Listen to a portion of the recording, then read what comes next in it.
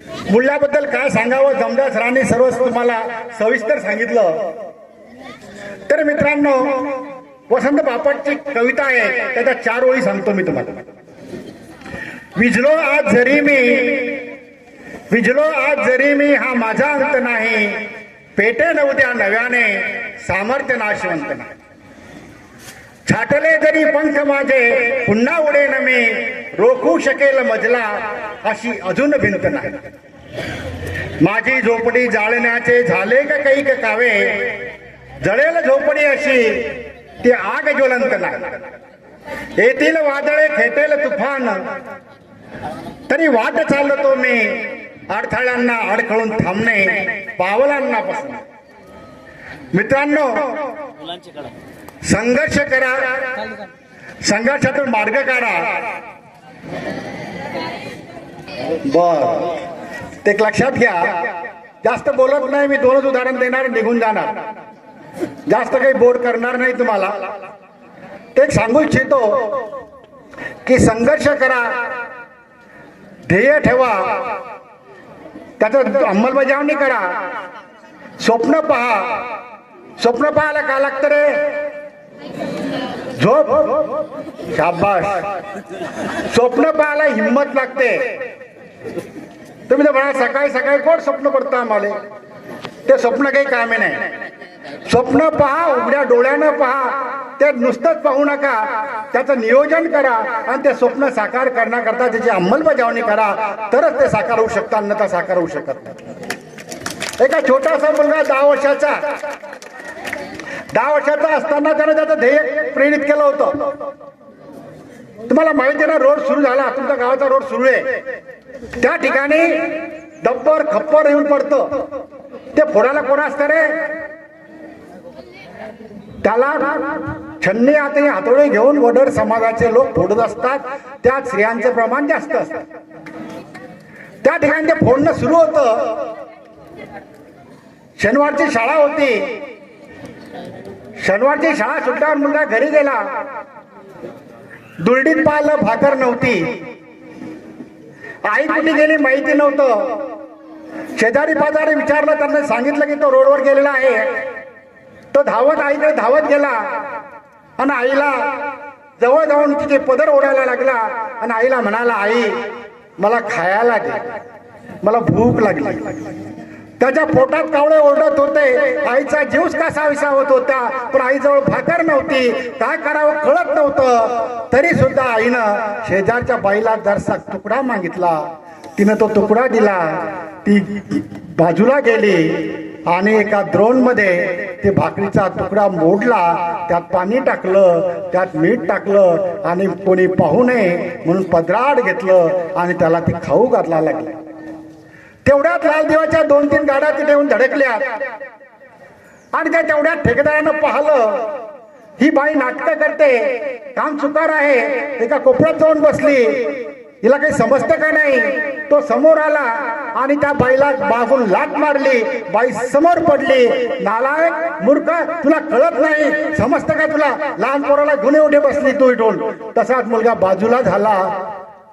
आई उठली, छन्नी हातोडा घेतला आणि तिच्या कामाला लागला. ते पाहत असताना सर्वजण त्या बाईकडे पाहत होते. पाहता पाहता त्या लाल देवाच्या गाड्या निघून गेल्या. बाईला मुलगा आठवला. कुठे मुलगा म्हणून आईनं पाहिलं तर मुलगा दूर एका ठिकाणी छन्नी आणि हातोडा घेऊन चालला होता. आई त्याच्या मागे धावत गेली. मुलगा छन्नी आणि हातोडा दगडावर मारत होता. बाळ असं करू नको, तुला शिकायचं आहे, तुला पुढे जायचं आहे, तू हे करू नको, तुला समजत नाही. तेवढ्याच आईनं त्याला अडवण्याकरता हात पुढे केला. तेवढ्यात छन्नीचा आणि हातोड्याचा मार आईच्या बोटाला लागला. आई या किंचाळीनं सर्व वातावरण दुमदुमलं. रक्तभंबा तिचा हात झाला. तो दगडही रक्तानं माखला गेला. त्या बाजूनं जाणाऱ्या एका शिक्षकानं पाहिलं. त्यानं डोक्याचा रुमाल काढला, त्या बाईला बांधला, हाताला बांधला आणि मुलाला विचारलं, काय करतोस? त्या मुलानं दूर बोट दाखवलं त्या दगडाकडं. त्यानं पाणी घेतलं आणि तो दगड पुसून काढला. त्या दगडावर लिहिलं होतं, मी साहेब होणार. क्या बात है. दिवसामागून दिवस निघून गेले. 2006 ची गोष्ट. सोलापूर जिल्ह्यातील करमाळा तालुक्यातील चिऊर या गावातील वडर समाजाचा पहिला मुलगा पहिला कलेक्टर झाला. त्याचं नाव बालाजी मंजुळे. आज ते आयुक्त म्हणून अमरावतीला आपला मुंबईला काम करते. सत्य घटना आहे. म्हणून तुम्हाला मी सांगू इच्छितो की तुमच्यामध्ये तुम्ही त्या 10 वर्षाच्या मुलापेक्षा तर मोठे आहात. तुम्ही तुमचं ध्येय ठरवू शकतात, त्यावर मार्गक्रमण करू शकतात. फक्त मोबाईल पासून दूर राहा. मोबाईल पासून दूर राहता का तुम्ही? बराच वेळा पाहिलं एखाद्या वेळेस मुलगी एकीकडे मोबाईल पाहते, मुलगा एकीकडे मोबाईल पाहतो, आई एकीकडे मोबाईल पाहते, बाप टीव्ही मध्ये पाहतो. काय हा मिळेल, काय समाज? पाहुणा आपल्या घरात आला तर काय विचारतो? पूर्वी विचारत होते की काय पीक पाणी बरं आहे का, बाळा कोणत्या वर्गात शिकतो, काय शिकतो, पिंटी कुठे जाते, काय जाते विचारत होता. आता विचारतो, आला आला म्हणतो तुमच्या घरात ते लहान चार्जर आहे का? म्हणजे जोपर्यंत चार्जर मिळत नाही तोपर्यंत पाहुणावी त्याला काही जीवात जीव येत नाही. लहान मुलगा रडायला लागला तर आई काय करते?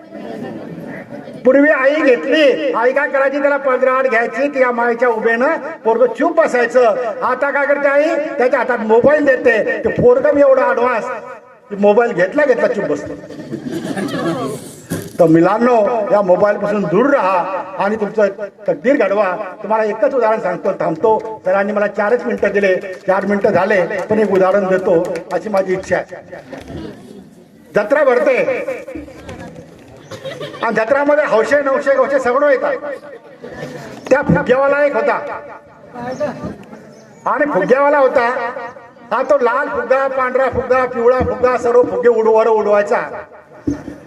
लहान मुलगा होता तो त्याकडे पाहत होता आणि आईचं बोट सोडलं आणि त्याचा शर्ट ओढायला लागला. आईनं पाहिलं मुलगा कुठे गेला. आई त्याच्याजवळ गेली. बाळा काय पाहिजे, फुगा पाहिजे का तुला?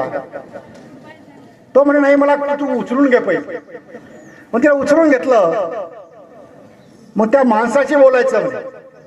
मग त्या माणसाला म्हणे बा तुम्ही पिवळा उडवला, लाल उडवला, हिरवा उडवला, ढवळा उडवला, पण ह्या काळा उडतो का? म्हणे हा उडतो. म्हणे उडून दाखव. त्यानं हवा भरली आणि काळा फुला वर गेला आणि त्यानं टाळ्या वाजवल्या.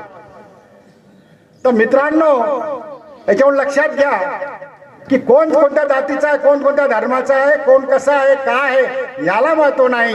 चिंता नाही चिंतन कर, व्यथा नाही व्यवस्था कर. माझा रंग कोणता हे मला माहिती नव्हतं. मी कोणाच्या पोटी जन्म घ्यावा हेही मला माहिती नव्हतं.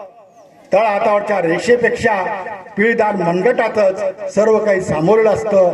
म्हणून मित्रांनो, आयुष्याची वाटचाल करत असताना एक ध्येय ठरवा, त्याची वाटचाल करा आणि निश्चितच त्यातून यश मिळवा. पुढील जीवनाकरता तुम्हाला शुभेच्छा देतो आणि थांबतो.